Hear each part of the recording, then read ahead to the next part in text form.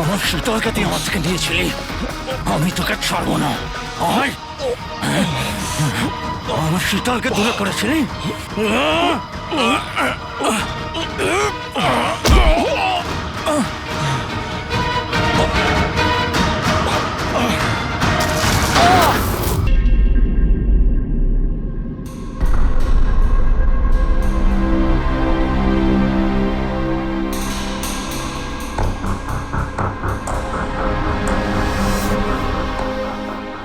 কি ব্যাপার অভিজিৎ, খুব অস্থির দেখাচ্ছে, কি হয়েছে? আরে ভাই, ওই একটা ভিডিও কল আসবে, তার জন্যই ওয়েট করছি। Video call? এর আগে তোমাকে কখনো ভিডিও কলে কথা বলতে দেখিনি। কোনো বিশেষ ব্যাপার কি? আরে ভাই, তুমিও না প্রত্যেকবারই। আরে তেমন কিছু নয়।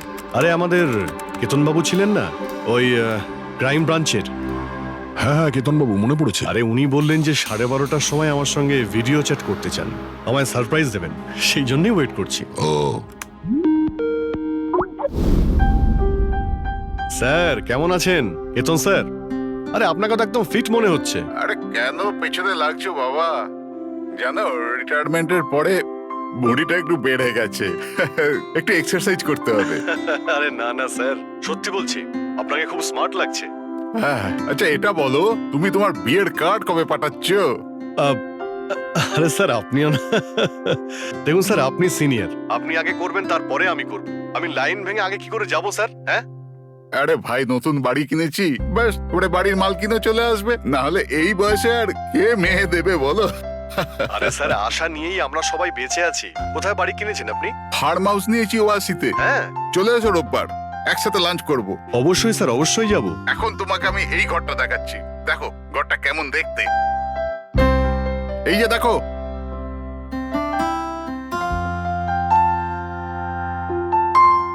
এবার আমি তোমাকে দেখাবো আমার স্টাডি রুম।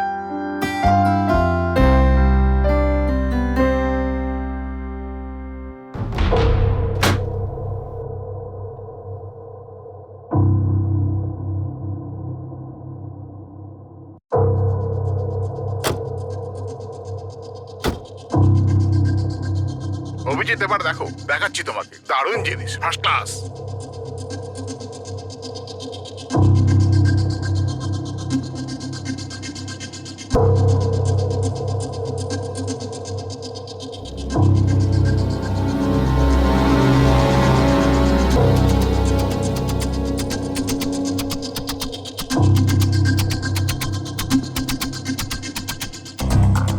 দেখলে অভিজিৎ, এটা হলো আমার স্টাডি রুম। স্যার খুব ভালো হয়েছে, খুব ভালো।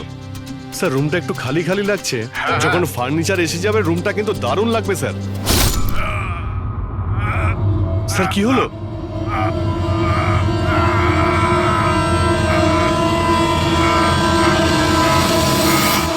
ও নো স্যার, কি আরে হয়েছে? ভাই, স্যারকে কেউ ছুরি মেরে দিয়েছে। ছুরি মেরে দিয়েছে? কোথায়? কে মেরেছে ছুরি? বুঝতে পারছি না। কিন্তু তুমি তো ভিডিও চ্যাট করছিলে ওর সাথে, না? হ্যাক করছিলাম, কিন্তু হঠাৎ করে এই ছুরি কোথা থেকে এলো আর কিভাবে ওনার লাগলো কিছুই বুঝতে পারলাম না। কি?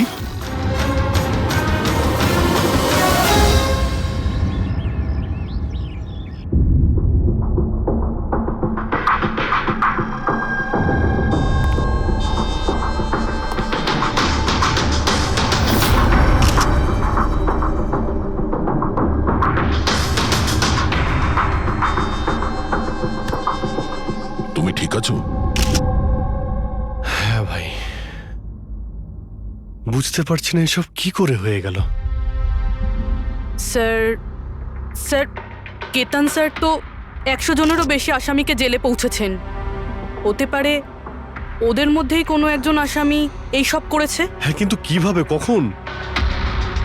কেতন স্যার আমার সঙ্গে কথা বলছিলেন, এইখানে বসেছিলেন, ওনার পিছনে কেউ ছিল না। তাহলে হঠাৎই ছুরিটা কে মারলো আর কিভাবে মারলো? তুমি একদম শিওর যে ঘরের মধ্যে আগে থেকে কেউ ঢুকে বসেছিল না? আরে না ভাই, কেতন স্যার ভিডিও চ্যাটে উনি পুরো রুমটা দেখাচ্ছিলেন, আমরা কথা বলছিলাম, আর রুমটা দেখো, এখানে কোনো জায়গাই নেই, সব কিছু তো খোলা, কেউ কোথায় কিভাবে লুকোতে পারে? তুমি বলেছো যে তোমার সামনেই কেতনবাবু দরজা খুলে ভেতরে এসেছেন। হ্যাঁ, উনি এই দরজাটা খুললেন, ভিতরে ঢুকলেন, আর উনি দরজাটা বন্ধও করেছিলেন।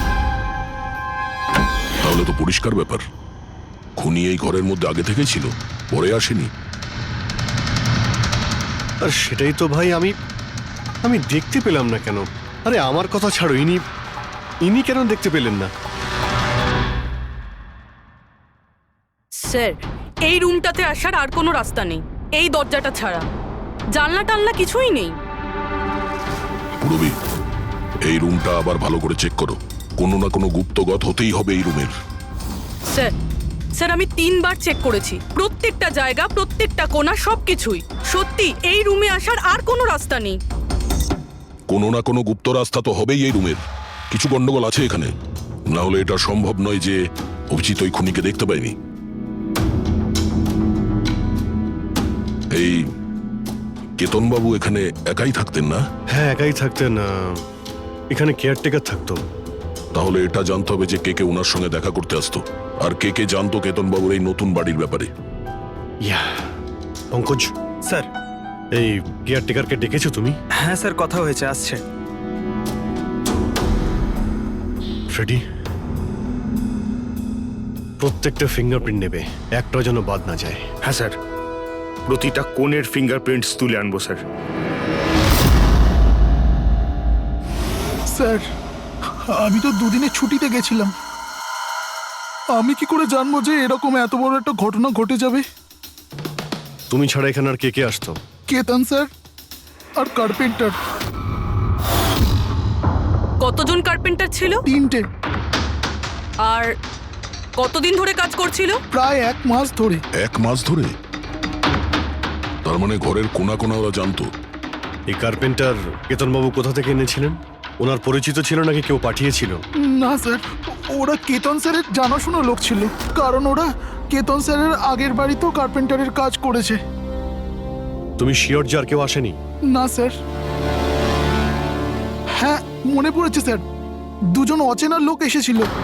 একজন কোনো এক ইন্টারনেট কোম্পানি থেকে এসেছিল, আর দ্বিতীয়জন ওয়াটার পাইপলাইন চেক করতে এসেছিল। ওরা পুরো বাড়ি ঘুরে দেখেছিল। স্যার এর জন্য আমাকে বকেছিলেন। কেন বকেছিলেন? কেননা আমি ওদের ভেতরে আসতে দিয়েছিলাম। স্যারের ওই 2জনের প্রথম থেকে আসার কোনো খবর ছিল না। আর স্যার ইন্টারনেট কানেকশনের জন্য কাউকে কিছুই বলেনি। আর এটা কবেকার ঘটনা? এটাই 2-3 সপ্তাহ আগের কথা। ও, মনে হচ্ছে এই দুজনেই কোনো গন্ডগোল করেছে। আচ্ছা, 5 বছর আগে তোমরা যখন এই কেসটা সলভ করেছিলে, তখন কেতনবাবু ছাড়া এই টিমে আর কে কে ছিল? আমি, পুরবী, কেতন স্যার আর মহেন।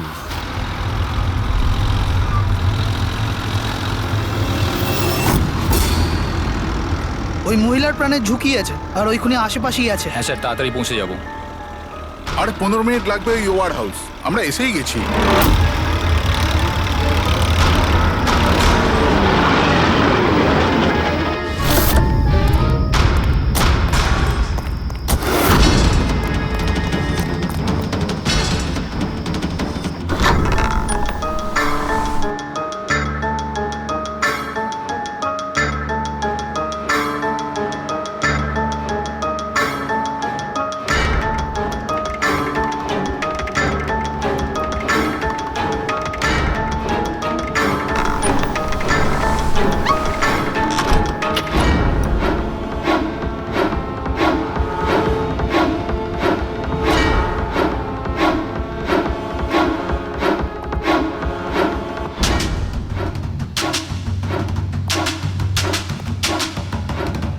স্যার, এখানে তো কোনো মহিলাকে দেখতে পাচ্ছি না, আর ওই অপরাধীও নেই।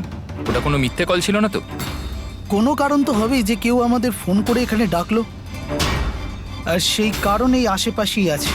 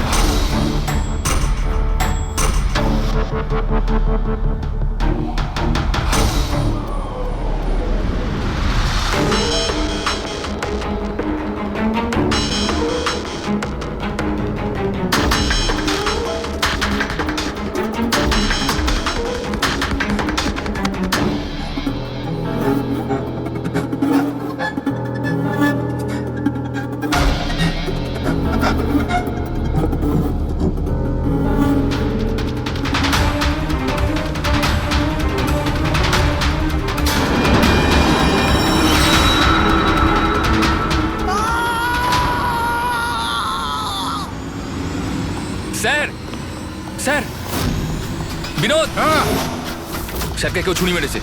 Sir sir oh no oh no, he is dead. তুমি দরজাটা দেখো, দরজা দেখো তাড়াতাড়ি। আরে দরজা তো ভেতর থেকে বন্ধ, তার মানে খুনি ঘরের ভেতরেই কোথাও আছে। ওদিকে দেখো, তুমি ভেতরটা দেখো, তাড়াতাড়ি যাও। দেখছি।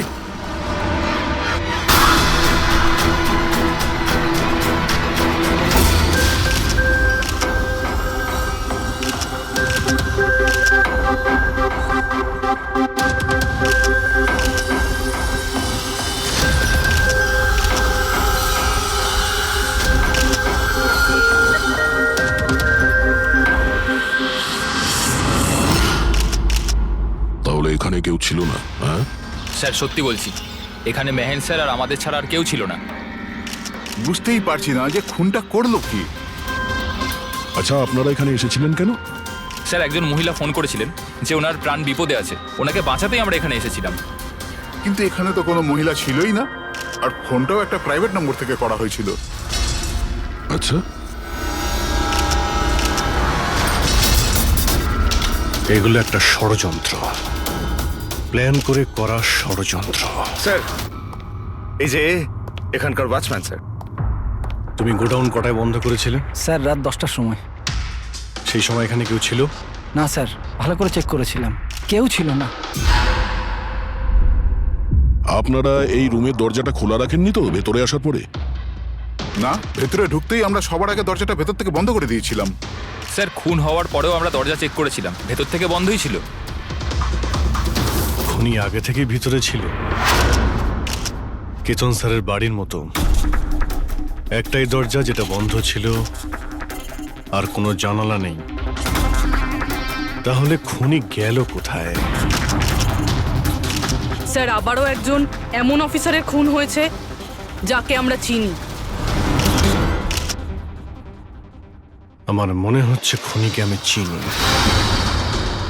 অভিজিৎ, তুমি কি করে খুনিকে চিনবে? তুমি তো দেখোইনি খুনিকে। পার বুঝে গেছি স্যার, আপনি কার দিকে ইঙ্গিত করছেন।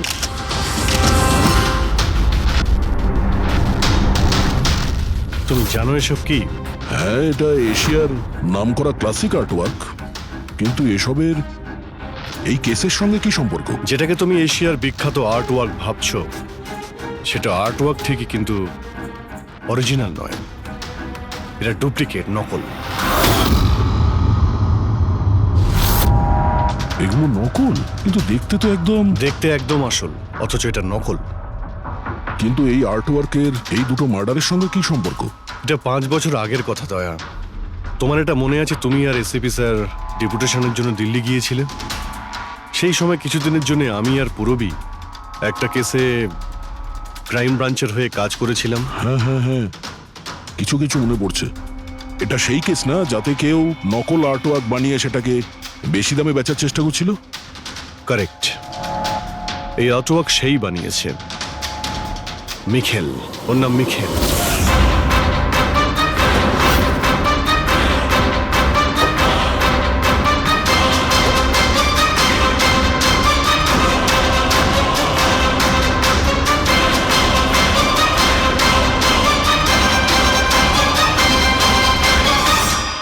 এমনটা নয় যে ওর প্রতিভা বাকি শিল্পীদের থেকে অনেক কম ছিল, তবে সত্যি কথা বলতে ও ওদের থেকে অনেক বেশি ট্যালেন্টেড ছিল। আর সেই জন্যই হয়তো ও একদিন ভেবেছিল যে অরিজিনাল পেন্টিং তো সবাই বানাতে পারে, কিন্তু অরিজিনালের মতো সেম কপি বানানো সবার পক্ষে সম্ভব নয়। আর এই কাজে এত টাকা ছিল যে ওর আসল পেন্টিং বানানোর কোনোদিনও প্রয়োজনই হয়নি। ও কোটি কোটি টাকা ইনকাম করেছিল মহান আর্টিস্টের অরিজিনাল পেন্টিংয়ের নকল পেন্টিং বানিয়ে। আর ওর কাজ এতটাই ভালো ছিল যে কেউ বলতে পারতো না যে পেন্টিংটা আসল না নকল। অনেকবার তো 30-40 বছরের আগের ক্যানভাসের পেন্টিং করেছে ও, অথচ সেটা কারো পক্ষে ধরাই সম্ভব ছিল না। কিন্তু একদিন পরিস্থিতি এমন হলো, অনেক আর্ট প্রেমী যখন কোটি কোটি টাকা লস করলো, তখন ক্রাইম ব্রাঞ্চ মিখেলকে ধরার দায়িত্ব আমাদের 4 জন অফিসারকে দেয়। কেতন স্যার, মহেন, পুরবী আর আমি। মিখেলকে ধরা এত সহজ ছিল না, কিন্তু কথায় আছে না, পিঁপড়েকে ধরতে হলে মিষ্টির ব্যবহার করতে হয়। আর এই পিঁপড়ের মিষ্টি ছিল ওর পুরনো ক্যানভাস আর সেই কেমিক্যাল যেগুলো ও ব্যবহার করত 200 থেকে 250 বছরের পুরনো পেন্টিং তৈরি করতে। আমরা সমস্ত আর্ট গ্যালারি আর দোকানে নজর রাখতে শুরু করে দিই যেখানে এইসব জিনিস পাওয়া যেত। যারা এই সমস্ত জিনিস কিনতে আসতো তাদের পুরো ঠিকুজি কুষ্টি বার করতাম আমরা।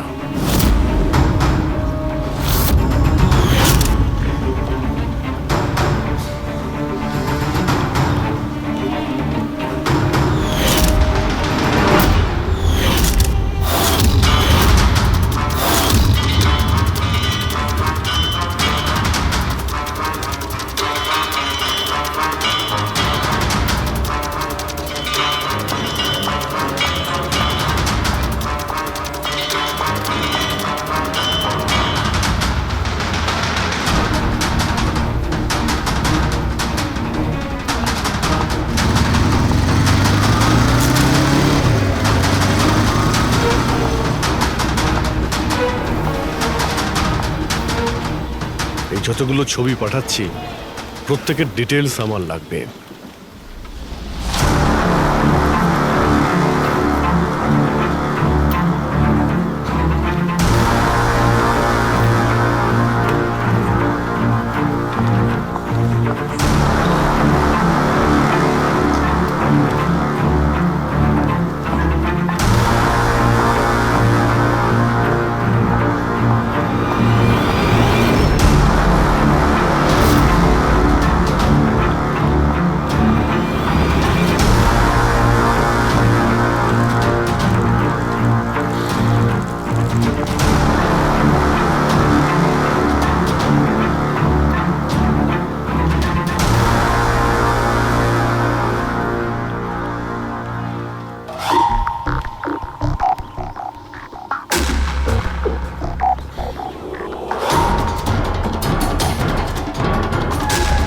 আর তারপরে 1 সপ্তাহ পরে আমরা এমন একটা মেয়েকে দেখলাম যে জিনিসপত্র তো কিন্তু তার কোনো আর্ট ব্যাকগ্রাউন্ড ছিলই না।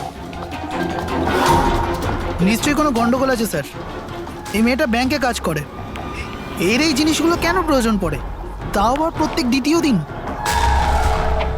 হ্যাঁ স্যার, এই মেয়েটার প্রবলেম তো আছে মনে হচ্ছে।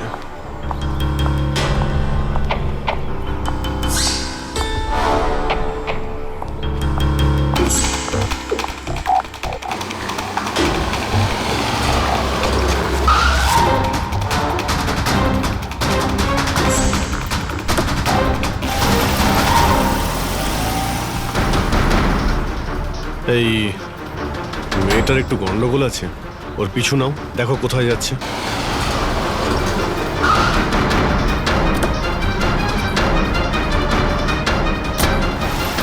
স্যার আমি ওকে 3 দিন ধরে ফলো করেছি, কিন্তু কিছু জানতে পারিনি। কারণ ও এই সমস্ত জিনিস নিয়ে ওর বাড়ি চলে যেত, কিন্তু 4র্থ দিন ও অন্য কোথাও গেল।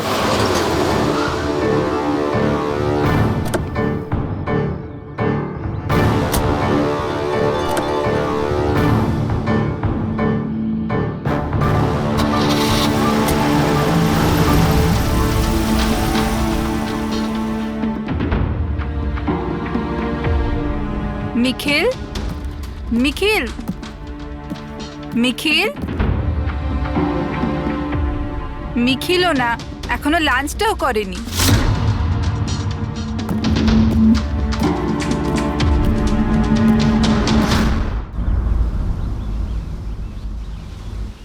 এখনো লাঞ্চও করনি? এত কি কাজে ব্যস্ত থাকো যে খাওয়ার টাইম থাকে না? তোমায় দেখলেই তো আমার পেট ভরে যায়। জানো, বেবিকে মাখন লাগানোর না, এটা অনেক পুরনো আইডিয়া। মাখন নয়, সত্যি বলছি, তোমার মতো ভালোবাসতে পারে এমন জীবনসাথী কোথায় পাবো আমি, যে আমার জন্য নিজেকেও বিপদে ফেলতে পারে। আমি তো তোমার জন্য নিজের জীবনটাও দিতে। খবরদার, এরকম কথা যদি আরেকবার তুমি বলেছ, যদি তোমার কিছু হয়ে যায় না, আমি এই দুনিয়াটাকে আগুন লাগিয়ে দেবো। এত ভালোবাসো আমায়? নিজের থেকেও বেশি। যদি আমি কিছু চাই, তুমি আমায় দেবে? আমি জানি তুমি আমার থেকে কি চাইবে, যে আমি কেন সবকিছু ছেড়ে দিচ্ছি না। জানোই যখন, তাহলে তুমি কেন ছেড়ে দাও না?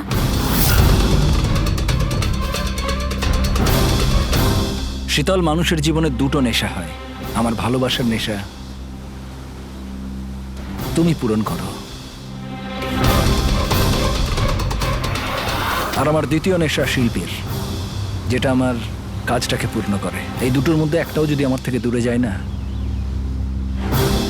তাহলে আমি অসম্পূর্ণ থেকে যাব। আর আমি চাই যে ইতিহাস আমায় সব থেকে ভালো স্বামী আর সব থেকে ভালো আর্ট চোর হিসেবে মনে ব্যাস রাখে। মিখেল, অনেক ইতিহাস লিখেছ, বাকি জীবনটা জেলেই কাটিও।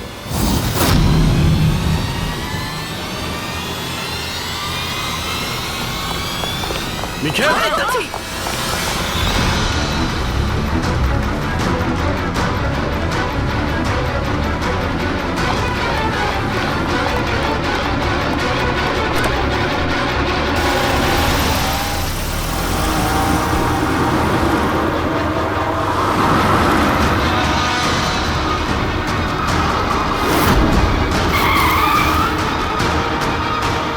প্লিজ আমার কথা শোনো, জেদ করো না।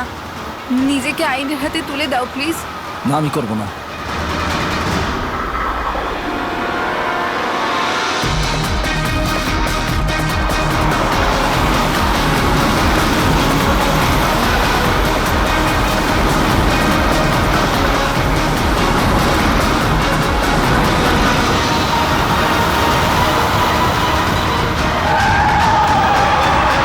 নিখিল!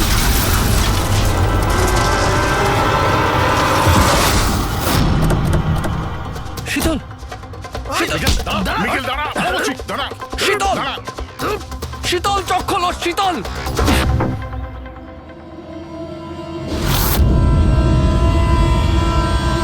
She is dead, sir.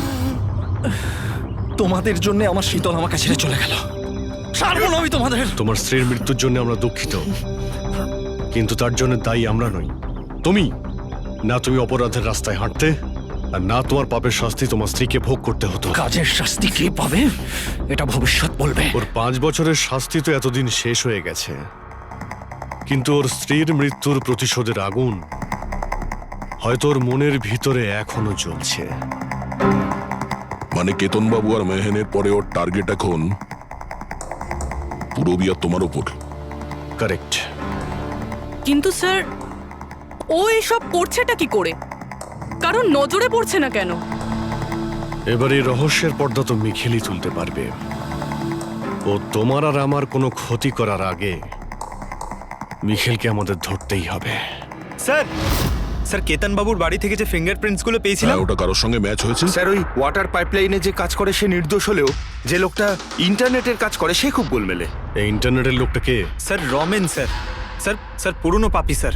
এই তো 6 মাস আগে ও অথর রোড জেল থেকে ছাড়া পেয়েছে স্যার। Arthur road jail? ওই মিখেলকে তো ওই জেলেই রাখা হয়েছিল। তার মানে ওই জেলেই এই অপরাধের প্ল্যানিংটা করা হয়েছিল, মিখেল আর ওই রমন যোগ মিলে নিয়ে। তুই নিশ্চয়ই আবার জেলে যেতে চাইবি না? না স্যার, আমার দ্বিতীয়বার জেলে পাঠাবেন না স্যার। যদি আজ আমি মিখেলকে না পাই তাহলে তোকে এখানেই পুঁতে দেবো। না স্যার, মিখেল আমার সাথে এখানেই দেখা করতো, এখানেই দেখা করতো। আমি সেখানেই নিয়ে যাচ্ছি আপনাদের। আমার মিখেলকে চাই, ব্যাস। হ্যাঁ স্যার, ওখানেই নিয়ে যাচ্ছি আপনাদের।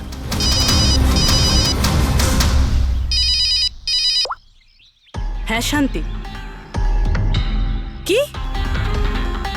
বাবা শরীর খারাপ করছে? কিন্তু এরকম হঠাৎ? আমি তো কেসের ইনভেস্টিগেশন করতে এসেছি। কি হয়েছে? স্যার ওই বাবা একটু অসুস্থ হয়ে পড়েছে। ওই শান্তি নার্স, যে আমার বাবার দেখাশুনো করে, সেই ফোন করেছিল। ঠিক আছে, তুমি যাও, আমরা দেখে নিচ্ছি। কিন্তু স্যার। যাও, আর কোনো প্রয়োজন পড়লে ফোন করবে।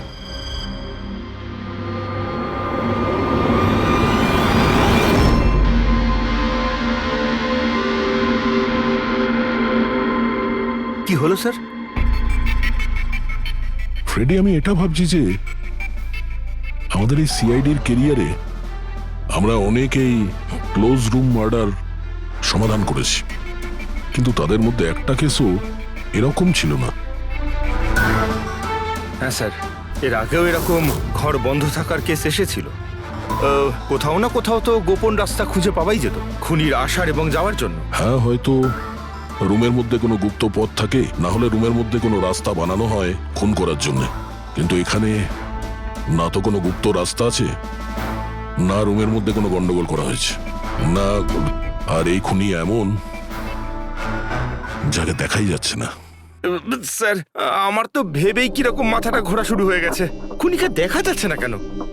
অনেক বছর আগে আমি একটা সিনেমা দেখেছিলাম যেখানে হিরো একটা গ্যাজেট লাগিয়ে অদৃশ্য হয়ে যেত, কিন্তু ওটা তো সিনেমা ছিল না স্যার। হ্যাঁ, ওটা তো সিনেমা ছিল, কিন্তু এটা তো বাস্তব জীবন। স্যার, কি ভাবছেন আপনি? এটাই ভাবছি, এর মধ্যে কোন জিনিসটা আমি বুঝতে পারছি না।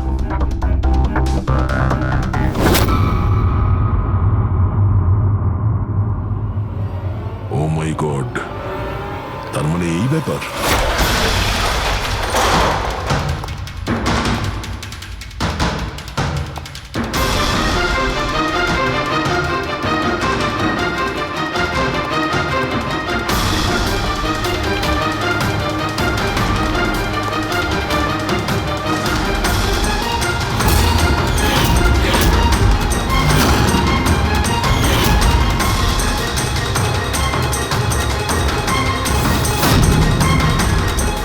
অনেকদিন ধরেই আমাদের চারজনকে ফলো করছিল, আর তুই ওকে হেল্প করছিলি এই সমস্ত কাজে। হ্যাঁ স্যার।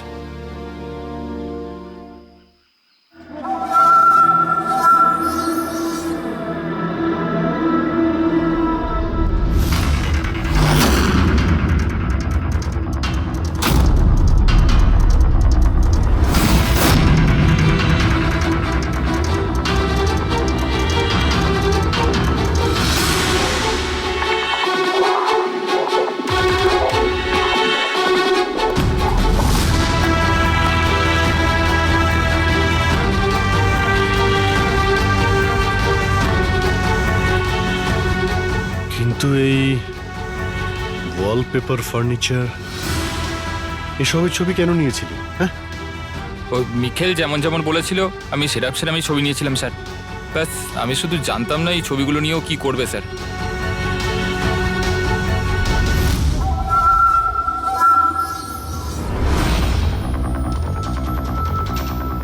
তাহলে কি এই ছবির মধ্যেই লুকিয়ে রয়েছে খুনের রহস্য?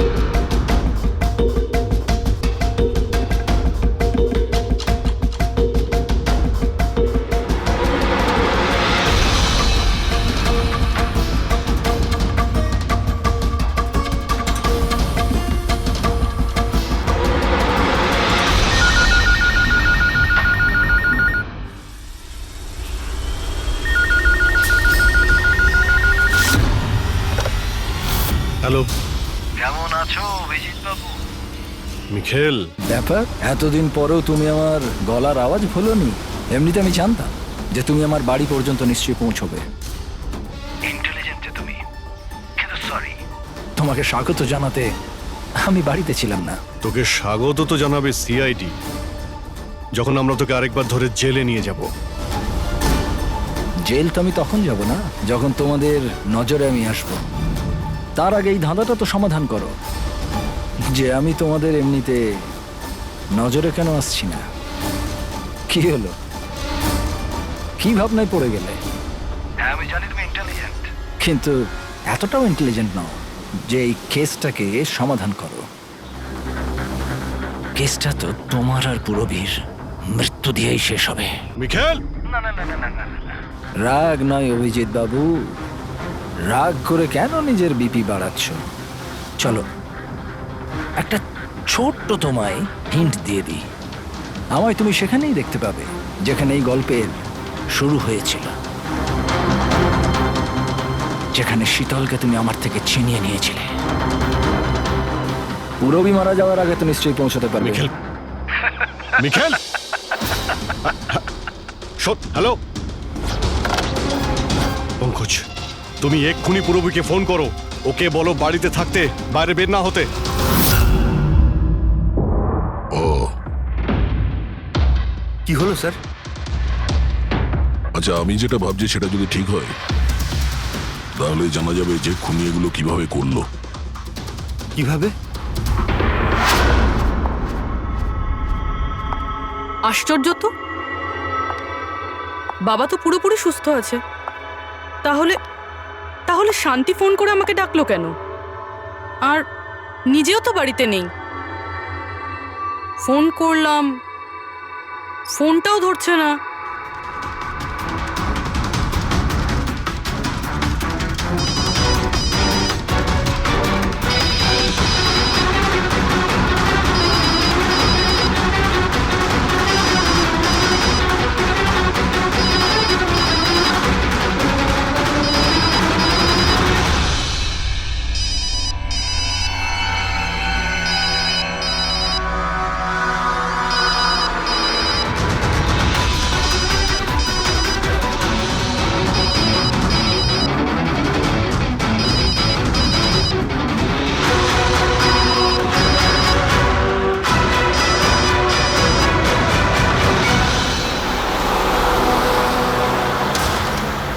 স্যার এই পুরবি তো ফোনই তুলছে না।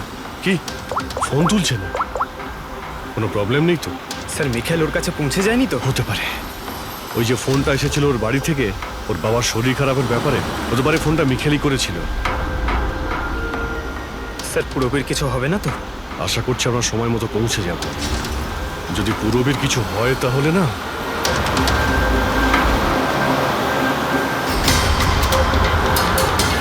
এসে গেছি। এটা সেই জায়গা যেখানে মিখেলের ওয়াইফ মারা গিয়েছিল।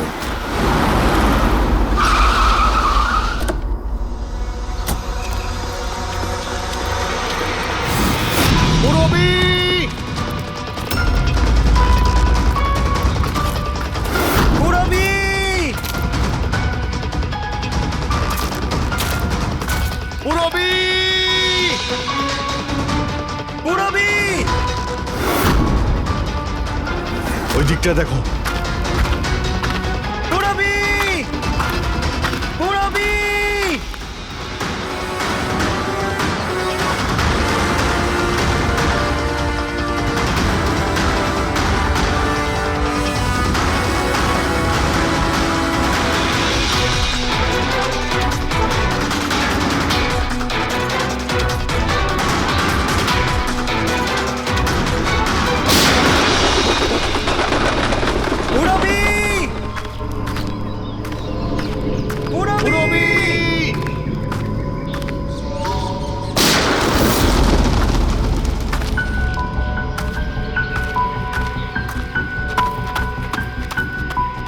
স্যার হ্যাঁ পঙ্কজ, জানি না স্যার কে গুলি চালালো। রবিকে পেলে? পুরবি ওখানে স্যার।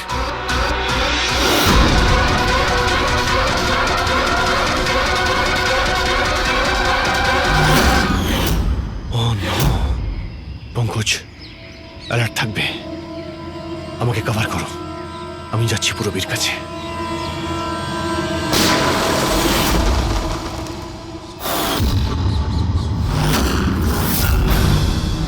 ভয় পেও না অভিজিৎ, এখনো ও মরেনি।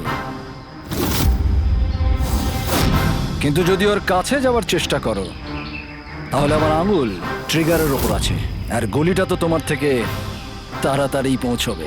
মিখেল, গুলি চালিও না। দেখো, তুমি প্রতিশোধ নিতে চাও তো?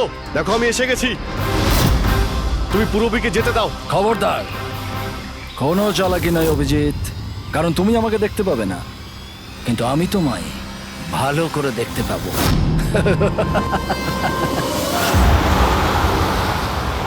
অভিজিৎ, আমার কথা মন দিয়ে শোনো, তুমি একদম রিয়াক্ট করবে না। তুমি এই মিখেলকে দেখতে পাবে না। তুমি আর কেতনবাবু, ওকে কেতনবাবু স্টাডি রুমে দেখতে পাওনি। মাহান ওকে আর্ট ওয়্যার হাউসে দেখতে পাইনি। পূরবী নিজে ওকে ওর ঘরে দেখতে পাইনি। কেন? কারণ ওকে দেখা সম্ভব নয়। ও যেখানে যেখানে অন্যায় করে সেখানকার কোণে কোণে ও লুকিয়ে পড়ে। ওই রুমে, ওই ডেকোরেশনে ও এমন ভাবে লুকিয়ে পড়ে কেউ বলতেই পারবে না যে ও আর্ট পিস না একজন মানুষ। কেতনবাবুর রুমে ও ও ওয়ালপেপার হয়ে গেছিল, ওয়ালপেপার।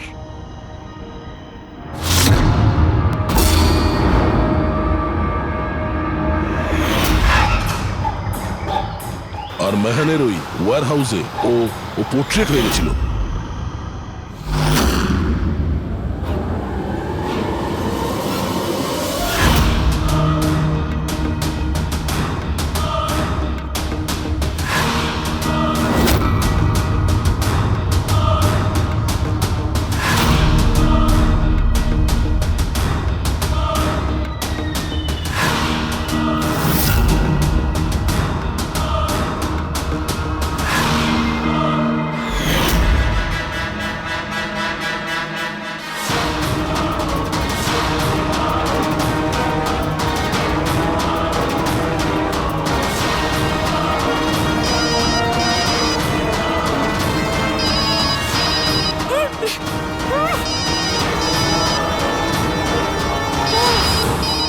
এটা আমি তখনই বুঝতে পারলাম যখন ওয়্যার হাউসের ক্রাইম সিনের ফটোগুলো আমি দেখলাম। তখনই আমার নজর ওই পোর্ট্রেটের আঙুলের উপর গেছিল।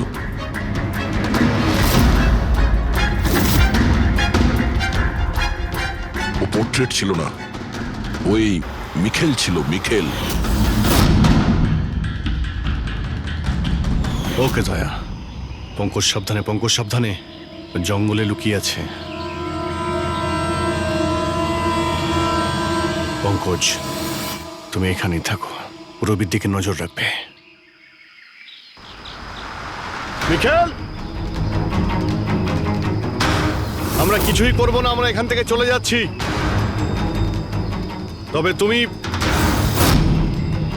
রবিকে ছেড়ে দাও প্লিজ।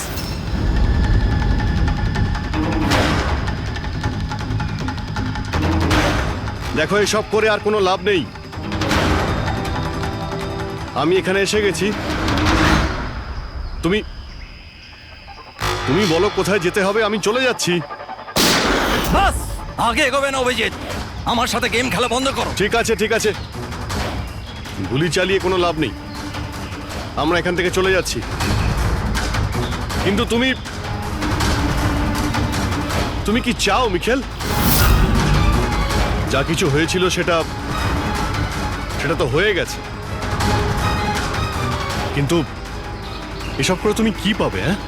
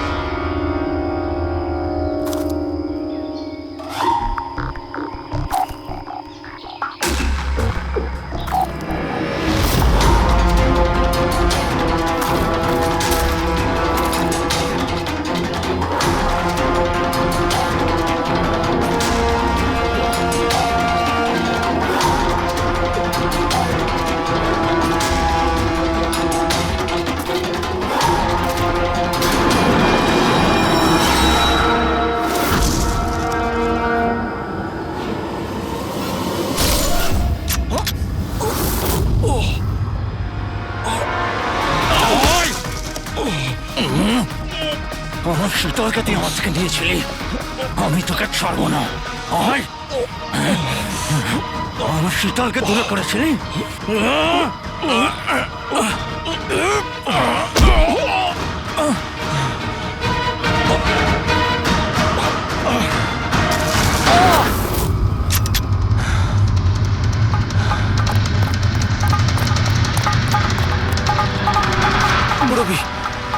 আছে তো? তোর আসল জায়গা জেলে, আর এইবার তুই বাইরে আসবি না, সোজা ফাঁসিতে ঝুলবি।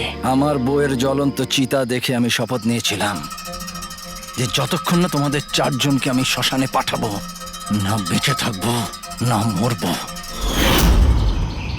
দুজন তো গেল, এখন তোমরা দুজন বেঁচে। তোমাদের আইনকে বলো যেন শক্ত থেকে শক্ত জেল বানাই, কারণ এবার কোনো জেলই তোমাকে আমার থেকে বাঁচাতে পারবে না। ঠিক আছে, চলো নিয়ে যাও একে। চল চল।